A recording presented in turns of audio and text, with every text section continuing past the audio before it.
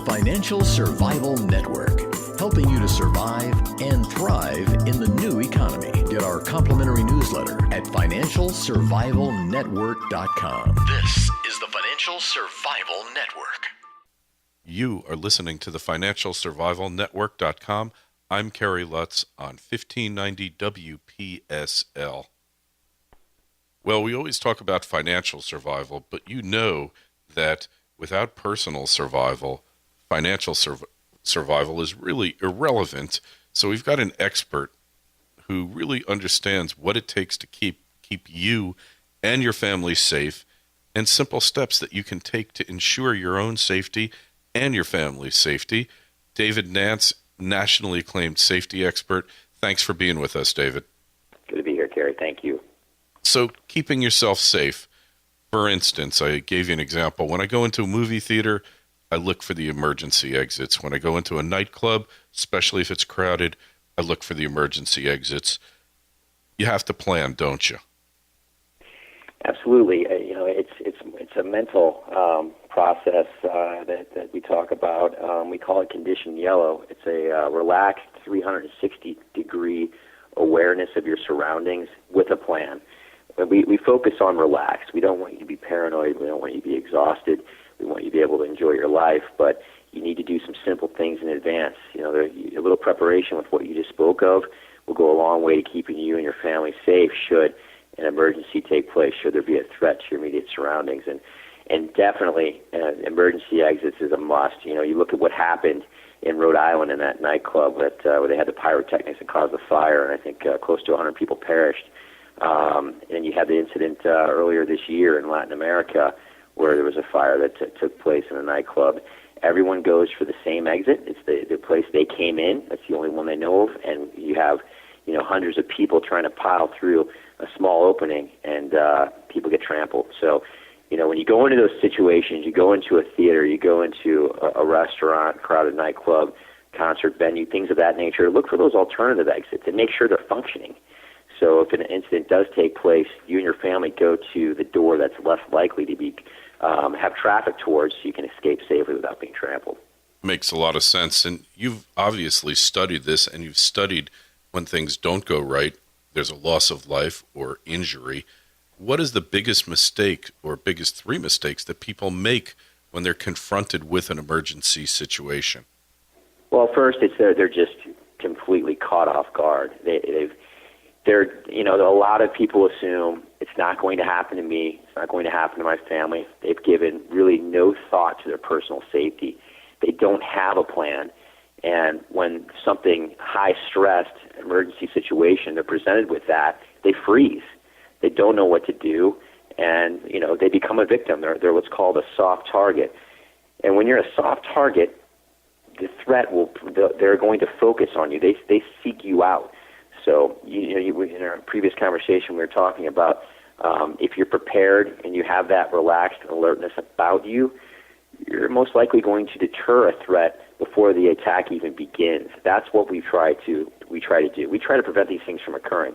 We have a backup plan to protect yourself in case it does happen, but people that don't have a plan, people that are not prepared mentally to protect themselves or to dissuade a threat are the ones that end up being vulnerable and are the ones that freeze in those situations and become victimized.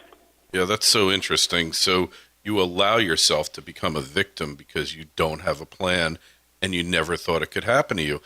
In my neighborhood here, I live in a pretty nice area in South Florida in Palm Beach County, and it appears that I'm one of the few people that actually activated the alarm system that the houses came with. My house is the only one that's got the signs up there saying, this premises are alarmed, and, basically it's a warning to criminals. That's a form of preparation too, isn't it? 100%. And, Palm Beach County, beautiful area, but there's no such thing as a safe neighborhood. All it takes is someone who's unsafe, a dangerous threat, to enter that area, and that neighborhood becomes unsafe. So, and they're more likely going to get more reward for their risk by going into a nice neighborhood such as yours, where they're going to get more bang for their buck for their trouble. So, I myself live in a nice area in Chicago, the Gold Coast. It's an expensive area, but crime is quite high here because the bad guy knows there's expense. There's people here with a lot of money that they can pickpocket or stores that they can loot. So just because you're in a nice area doesn't mean that you're necessarily safe. So it's good to take precautions. I mean, you mentioned having the signs up in your front yard about your alarm. I mean, some people put up signs that say "Beware of dog," or they put a fake dog bowl out front of their house to make it look like they have a dog. Some simple things like that will cause the burglar to skip over your house and move on to the next. Hey, I had a dog, by the way. Dogs are amazing. I believe in multi-layer security. So I had a dog that the second you stepped foot onto the curb, anywhere near the house, the dog was barking. And you had a ferocious bark, even though she was a great dog, lovable to the family. If she didn't know, you forget it. But that concept of multi-layer security, you can have it at the home and you can have it when you go out as well, can't you? Yeah, I mean, let's face it, the criminal has the advantage over you at all times. They know when they're going to attack, where they're going to attack, how they're going to do it, and you don't know until it happens or after it happens. So the more layers of security, the more planning you've done, the more precautions you take to protect yourself and your family, the better off you're going to be. And if some of these things are evident to the potential threat, they're going to think, you know what, this looks like it's more trouble than it's worth. I'm going to move on to the next house. I'm going to move on to the next person that's more of a soft target, so my job will be a little bit easier. Right. So Boston-type situation, god-awful tragedy, and seemingly random. What can you do to protect yourself against that type of situation, David? I've been in this business for a long time, and it's that's an eventful day. It's a big celebration. That race is known worldwide. I've never been to it, but I do triathlons myself, and I can tell you, participating in it or being a family member or a friend of a participant in the marathon would be quite something because that's a pretty prestigious event. So people are entering that situation, and they're not thinking about their personal safety. They're thinking about what an awesome day it is, what an accomplishment it is to run the Boston Marathon. They're there cheering on their friends. It's a neat experience. If you haven't been to a race, you should do it because it's a very upbeat, celebratory type event. So I can imagine that most of the participants probably were not thinking something like that would happen. And quite frankly, as good as Boston PD and Mass State Police, who have a great reputation, are, it's impossible for them to 100% prevent an attack like that from occurring. So when I enter situations like that, I always give it some thought. I'm like, okay, what would happen if this went down? How would I escape? Where could I go to? So you want to have a plan in advance. You mentioned exit routes. You mentioned, emergency exits. Well, in an outdoor setting, if you're sitting on, a structure, watching the event, you want to know how to get off that as quickly as possible to get back to your car, to have a plan with your family. You should have a meeting place too, because when incidents like that happen, your ability to use your cell phone, it's no longer possible. All the phone lines are tied up. So you should have a plan where to meet with your family in case something like that does happen, if you guys do get separated. And the other thing I teach in my classes is to know what a gunshot sounds like. So a bomb, obviously that's something you need to be aware of too now. When a lot of times when these explosions or emergencies happen, a lot of people freeze. They don't assume the worst necessarily until they hear the screams or they see what's actually taking place. I don't know if you remember, about 10 years ago, there was the Atlanta day trading shooting where one of the day traders went in, shot and killed 6 people, went across the street and killed another 7 in the firm across the street while the SWAT team was coming in, the first firm. But I had an opportunity to talk to a number of those traders after that took place, and they all said, as they were occupied with day trading, focused on that aspect, nothing else, that when they first heard the gunshots, they thought they were computer monitors exploding. So they were finishing out their trades before they were even looking around. They're like, that's weird. It kind of freaked them out, but they didn't think it was a shooter, an active shooter in their place of business. So they froze. They didn't move right away. And as a result, some people perished. So what you have to do is you have to know what a gunshot sounds like, and when you hear it, you have to assume the worst. Don't assume that it's a car backfiring. Don't assume that it's a firework. assume that it's the worst, take precaution, and get the heck out of that situation as quickly as possible. That makes so much sense. And think the worst, because that way if you're wrong, so you were wrong. But there's nothing wrong with an honorable retreat or a well thought out retreat, because that's what most of it's going to be for you, avoiding trouble. Now, obviously, trouble comes to your home. It's not so simple, but just basic things, David, like understanding what escape route you have from your house if there's a fire or an emergency, like we've seen it so many places, can make such a difference. And I guess rather than being paranoid, some people might think you're being paranoid, but these things really do happen, and not just to other people.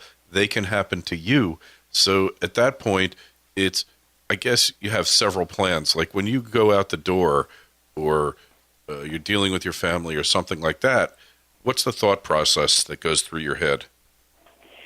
Well, first and foremost, it's definitely that condition yellow. It's that relaxed alertness, the relaxed 360-degree alertness, and being the protector of your family, looking out for things that don't seem right. If something doesn't seem right, it probably isn't. Put distance. Distance is always your friend in any situation. I teach all my students this.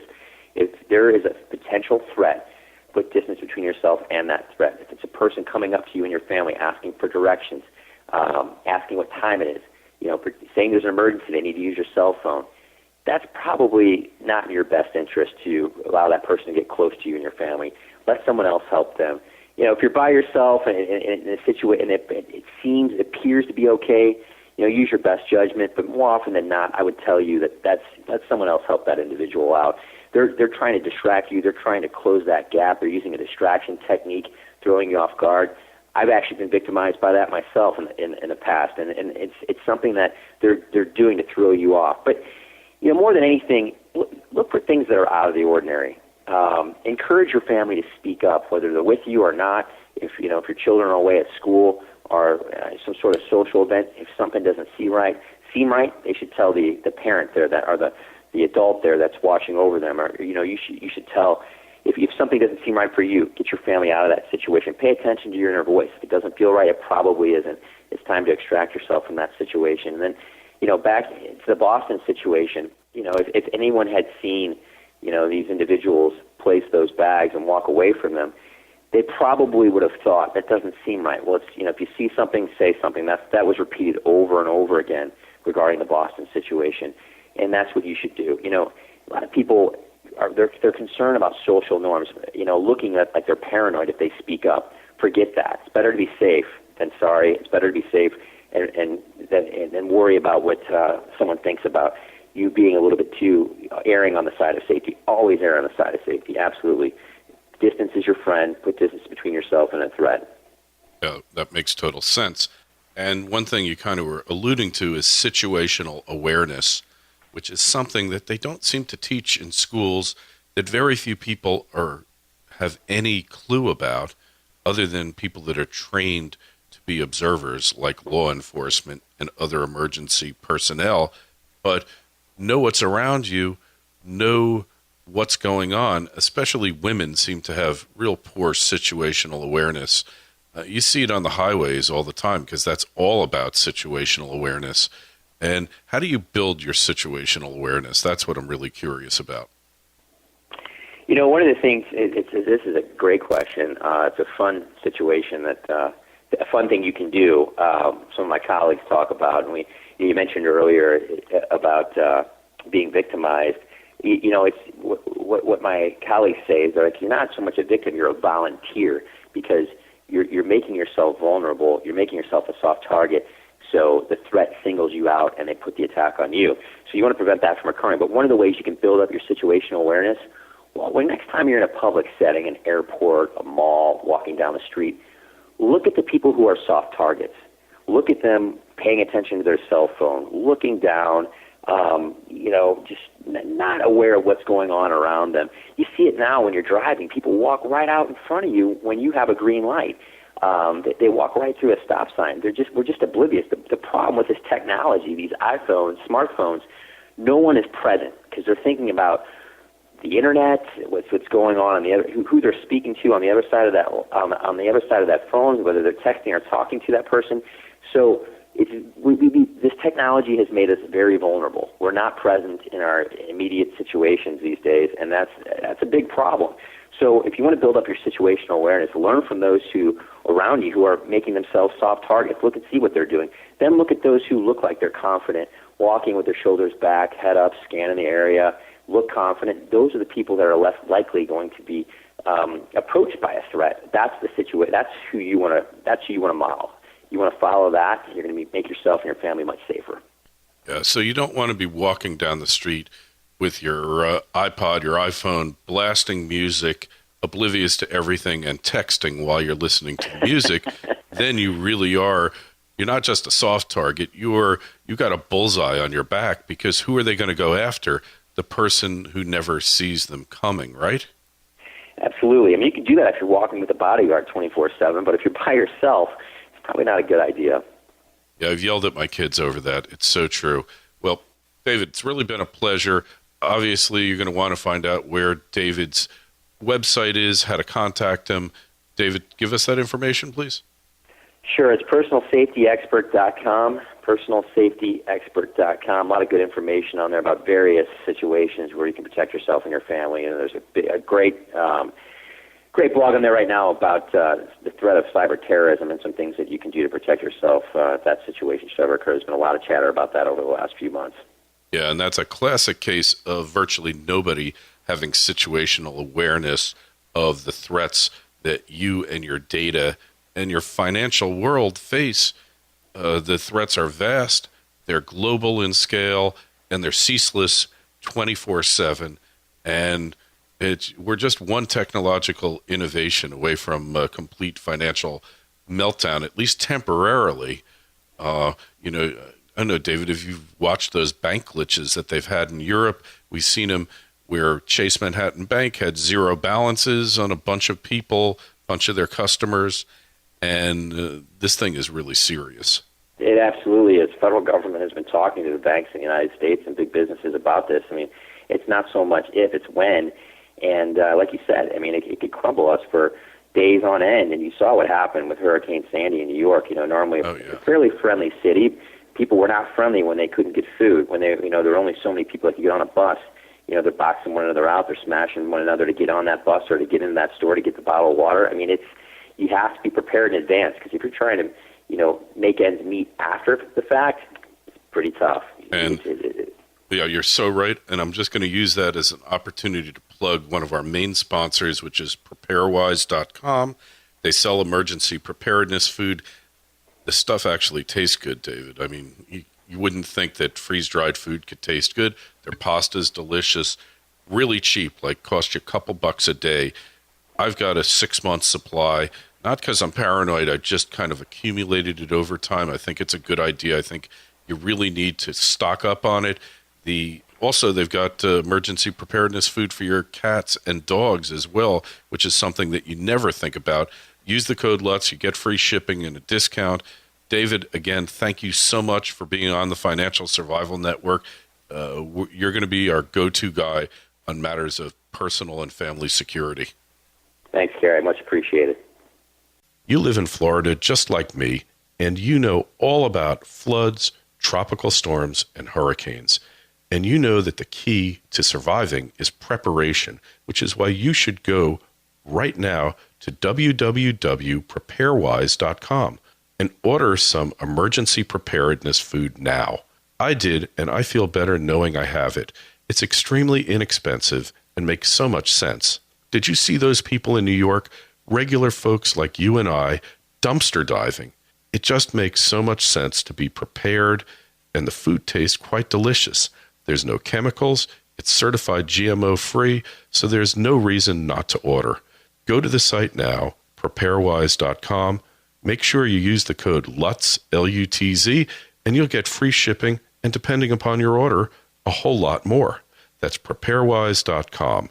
Preparewise.com, it always pays to be prepared.